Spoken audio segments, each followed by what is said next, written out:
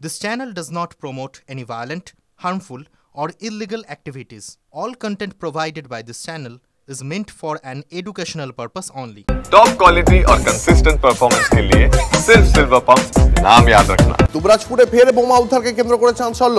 বীরভূমের যশপুর গ্রাম পঞ্চায়েত এলাকায় একটি ঝোপের পাশে দুটি ব্যাগ থেকে 40টি তাজা বোমা উদ্ধার। এই মুহূর্তে হিমাদ্রি রয়েছেন প্রতিনিধি টেলিফোন লাইনে। হিমাদ্রি, কিভাবে এই বোমা এখানে এলো, কি উদ্দেশ্যে রাখা হয়েছিল, এখনো পর্যন্ত পুলিশ সূত্রে কি জানা যাচ্ছে? একেবারে আবারও বোমা উদ্ধার হলো দুবরাজপুরের যে যশপুর গ্রাম পঞ্চায়েতের গ্রাম, সেখানে একটি মাঠের মধ্যে ফাঁকা জায়গায় দুটি থলিতে 40টি তাজা বোমা উদ্ধার করে পুলিশ। পরে সেগুলিকে নিষ্ক্রিয় করা হয়। কিন্তু প্রশ্ন উঠছে বারবার দুবরাজপুর, খয়রাশোল, সাঁইথিয়া, বীরভূমের একাধিক জায়গায় এই ধরনের বোমা উদ্ধারে স্বাভাবিকভাবেই চাঞ্চল্য ছড়াচ্ছে এলাকাগুলিতে। কারণ 2026-এ বিধানসভা নির্বাচন যত এগিয়ে আসছে ততই কিন্তু এই বোমা উদ্ধারের সংখ্যাও বাড়ছে। আর এ নিয়ে কিন্তু বিরোধীরা যেমন প্রশ্ন করছে তৃণমূলকে, পাল্টা তৃণমূল প্রশ্ন করছে বিরোধীকে। সব মিলিয়ে কিন্তু প্রশ্ন হচ্ছে এত বোমা আসছে কোথা থেকে বীরভূম জেলায়। বারবার একাধিক জায়গা থেকে বোমা উদ্ধারে স্বাভাবিকভাবেই চাঞ্চল্য ছড়াচ্ছে। যদিও পুলিশের পক্ষ থেকে জানানো হয়েছে সমস্ত তদন্ত চালানো হচ্ছে, যে বা যারা এর সাথে যুক্ত তাদের উপযুক্ত শাস্তি দেওয়া হবে এবং এই ধরনের কাজকর্ম যাতে বন্ধ হয় তার উপর নজরদারি রাখছে পুলিশ।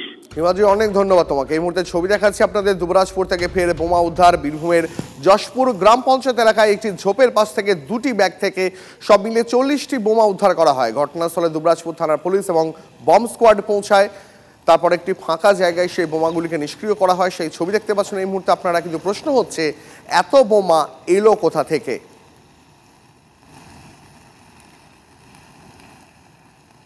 সেই ছবি দেখাচ্ছে এই মুহূর্তে আপনাদের। বীরভূমের দুবরাজপুর থেকে উদ্ধার বোমা, সেই বোমাগুলো নিষ্ক্রিয় করা হচ্ছে পুলিশ এবং বম্ব স্কোয়াডের তরফে।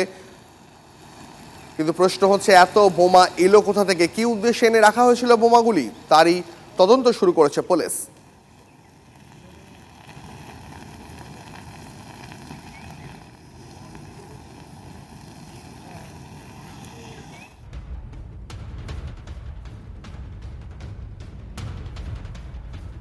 এর পাশাপাশি ড্রাম ভর্তি তাজা সকেট বোমা উদ্ধার ডোমকল থেকেও। মালিথাপাড়া এলাকার ঘটনা। গোপন সূত্রে খবর পেয়ে গতকাল রাতে পুলিশ এলাকায় হানা দেয়। সেখান থেকেই জার ভর্তি তাজা সকেট বোমা উদ্ধার করা হয়। বাড়ির পাশে পুঁতে রাখা ছিল এই সকেট জার। তবে কি উদ্দেশ্যে এই বোমাগুলি এখানে রাখা হয়েছিল, কারা রেখেছিল, তা তদন্ত শুরু করেছে ডোমকল থানার পুলিশ। এই মুহূর্তে সেই ছবি দেখাচ্ছি আপনাদের। ডোমকল থেকে তাজা বোমা উদ্ধার, সকেট বোমা উদ্ধার হয়েছে। সেই সকেট বোমা কি উদ্দেশ্যে রাখা হয়েছিল তদন্তে ডোমকল থানা। এইবার পাশাপাশি দুটো ছবি দেখাবো আপনাদের। একদিকে বীরভূমের ছবি, অন্যদিকে মুর্শিদাবাদের ছবি। পাশাপাশি দুটো ছবি দেখাচ্ছি আপনাদের। দুবরাজপুরে বোমা নিষ্ক্রিয় করার ছবি দেখাচ্ছি, অন্যদিকে ডোমকল থেকে সকেট বোমা উদ্ধার হয়েছে গতকাল রাতে, সেই ছবি দেখাচ্ছি।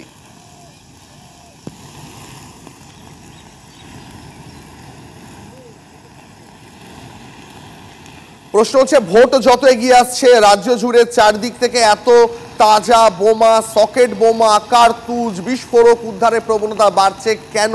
কি উদ্দেশ্যে এনে রাখা হচ্ছে এত বিস্ফোরক? এই প্রশ্ন ভাবাচ্ছে পুলিশকে।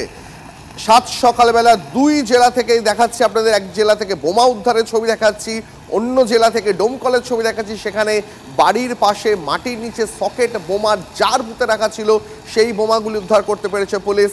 অন্যদিকে দেখাচ্ছি দুবরাজপুর থেকে 40টা তাজা বোমা, সেগুলো নিষ্ক্রিয় করেছে বম্ব স্কোয়াড এবং পুলিশ। আপনাদের ছবি দেখাচ্ছে এই মুহূর্তে। ড্রাম ভর্তি সকেট বোমা উদ্ধার ডোমকল থেকে। মালিথাপাড়া এলাকার ঘটনা। গোপন সূত্রে খবর পেয়ে গতকাল রাতে এলাকায় পুলিশ হানা দেয়। সেখান থেকেই জার ভর্তি তাজা সকেট বোমা উদ্ধার করা হয়। বাড়ির পাশে পুঁতে রাখা ছিল এই সকেটের জার। আর শুধুই কি বোমা উদ্ধার না, এবার পানিহাটিতে তৃণমূল কর্মীর বাড়ি থেকে উদ্ধার হলো বিপুল আগ্নেয়াস্ত্র। কি কি তার তালিকা শুনলে আপনার চোখ কপালে উঠে যাবে। তৃণমূলের কর্মী নাইম আলী ওরফে নেপালির বাড়িতে অভিযান চালায় পুলিশ। সেখানে উদ্ধার হয় দেশি বিদেশি পিস্তল, কার্তুজ। তৃণমূল কর্মী নাইম আলী পানিহাটি পুরসভা 6 নম্বর ওয়ার্ডের তৃণমূল কাউন্সিলর বিশ্বনাথ দের ঘনিষ্ঠ বলেই সূত্রের খবর। কিন্তু এত অস্ত্র উদ্ধার হলো কেন? এত অস্ত্র মজুত করে রাখা হয়েছিল একজন তৃণমূল কর্মীর বাড়িতে, কোথা থেকে এলো এই এত অস্ত্র জানবো। অনন্ত চট্টোপাধ্যায় প্রতিনিধি রয়েছেন আমাদের সঙ্গে। অনন্ত, এই বিপুল পরিমাণ কার্তুজ, এত বন্দুক, আগ্নেয়াস্ত্র কেন এনে রাখা হয়েছিল? নাশকতার কি কোনো বড় উদ্দেশ্য ছিল, কোনো বড় ছক ছিল? অনন্ত, এত অস্ত্র কেন একজন তৃণমূল কর্মীর বাড়িতে রাখা ছিল? কোনো নাশকতার ছক ছিল কি? পুলিশ সেটাই তদন্ত করে দেখছে। দেখো, এই যে স্টেন গান কাদের কাছে থাকে, স্টেন গান কারা রাখে, কি জন্য সে স্টেন গান রেখেছিল? যে বিদেশি পিস্তল পাওয়া গেছে, একটি 9mm পিস্তল পাওয়া গেছে, কেন রেখেছিল? কার্তুজ পাওয়া গেছে ভীষণ, এই কার্তুজ পাওয়া গেছিল, যে কার্তুজ কি জন্য রেখেছিল সেই নিয়ে পুলিশ তদন্ত শুরু করেছে। যদিও ব্যারাকপুর পুলিশ কমিশনারের একটি বিশেষ টিম তারা তদন্ত করছে, তারা এই ঘটনায় তদন্ত করছে। দেখো, এই মুহূর্তে পুলিশ ঘরটি সিল করে দিয়ে গেছে। এই ঘরের মধ্যে থেকে অস্ত্র উদ্ধার হয়েছে, কার্তুজ উদ্ধার হয়েছে, স্টেন গান উদ্ধার হয়েছে। দেখো, স্টেন গান তো কেন্দ্রীয় বাহিনী বা সশস্ত্র পুলিশের কাছে থাকে, সেই কি করে এই স্টেন গান সে রাখলো সেই নিয়েই সে তদন্ত করছে। দেখো, এই মুহূর্তে এই ঘটনা এলাকায় যথেষ্ট আতঙ্ক ছড়িয়েছে এবং যারা এই ঘটনায় এই যে বাড়ি, সে কার সার্ভিস ব্যবসা করছে পাশে, এই অস্ত্র কি করে এলো সেটাই তদন্ত করছে পুলিশ। যদিও নেপালির খোঁজে বিভিন্ন জায়গায় তল্লাশি চালাচ্ছে পুলিশ, এমনকি ভিন রাজ্যে নেপালি চলে গেছে কিনা তারও তদন্ত করছে খড়দা থানার পুলিশ। দেখো, খড়দা থানার পুলিশ এবং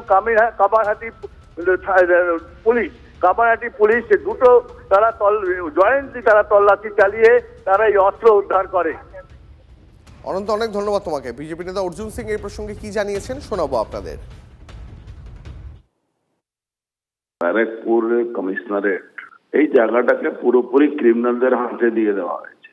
আর যে জায়গাকার কথা বলছেন, ওই খড়দার পিছনে যে গ্রামীণ অঞ্চলগুলো আছে, খড়দা গ্রামীণ অঞ্চল, শহর অঞ্চল, পুরোপুরি ওখানে ক্রিমিনালরা দাপিয়ে বেড়াচ্ছে। ওখানে যারাই তৃণমূলের নেতা আছে তারাই ক্রিমিনাল আছে, যারাই ক্রিমিনাল আছে তারাই তৃণমূলের নেতা আছে।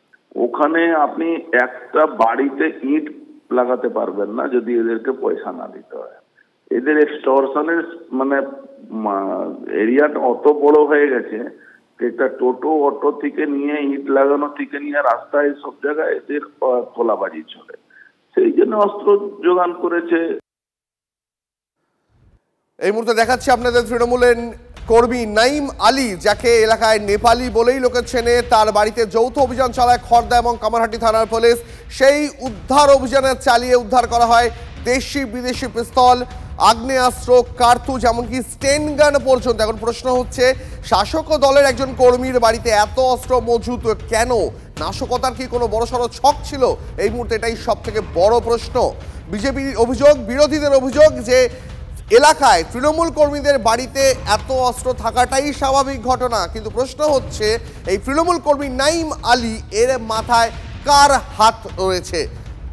সাত সকালবেলা রাজ্যের 3 জেলা থেকে প্রচুর অস্ত্র এবং বিস্ফোরক বোমা, সকেট বোমা উদ্ধার। আপনাদের দেখাচ্ছে এই মুহূর্তে তৃণমূল কর্মীর বাড়ি থেকে উদ্ধার বিপুল পরিমাণ অস্ত্র।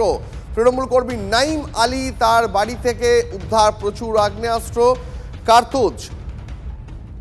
এই মুহূর্তে পাশাপাশি 3টে ছবি দেখানোর চেষ্টা করবো আপনাদের। এই মুহূর্তে একদিকে দেখাচ্ছি বীরভূম থেকে তাজা বোমা উদ্ধার, সেই বোমাগুলি নিষ্ক্রিয় করে বম্ব স্কোয়াড এবং পুলিশ।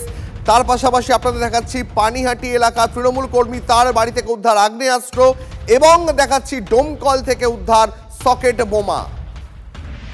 এই মুহূর্তে পাশাপাশি 3টে ছবি দেখাচ্ছি আপনাদের। বুঝতেই পারছেন, ভোট যত এগিয়ে আসছে বাংলার দিকে দিকে আগ্নেয়াস্ত্র এবং বিস্ফোরক উদ্ধারের প্রবণতা যেন ততই বাড়ছে।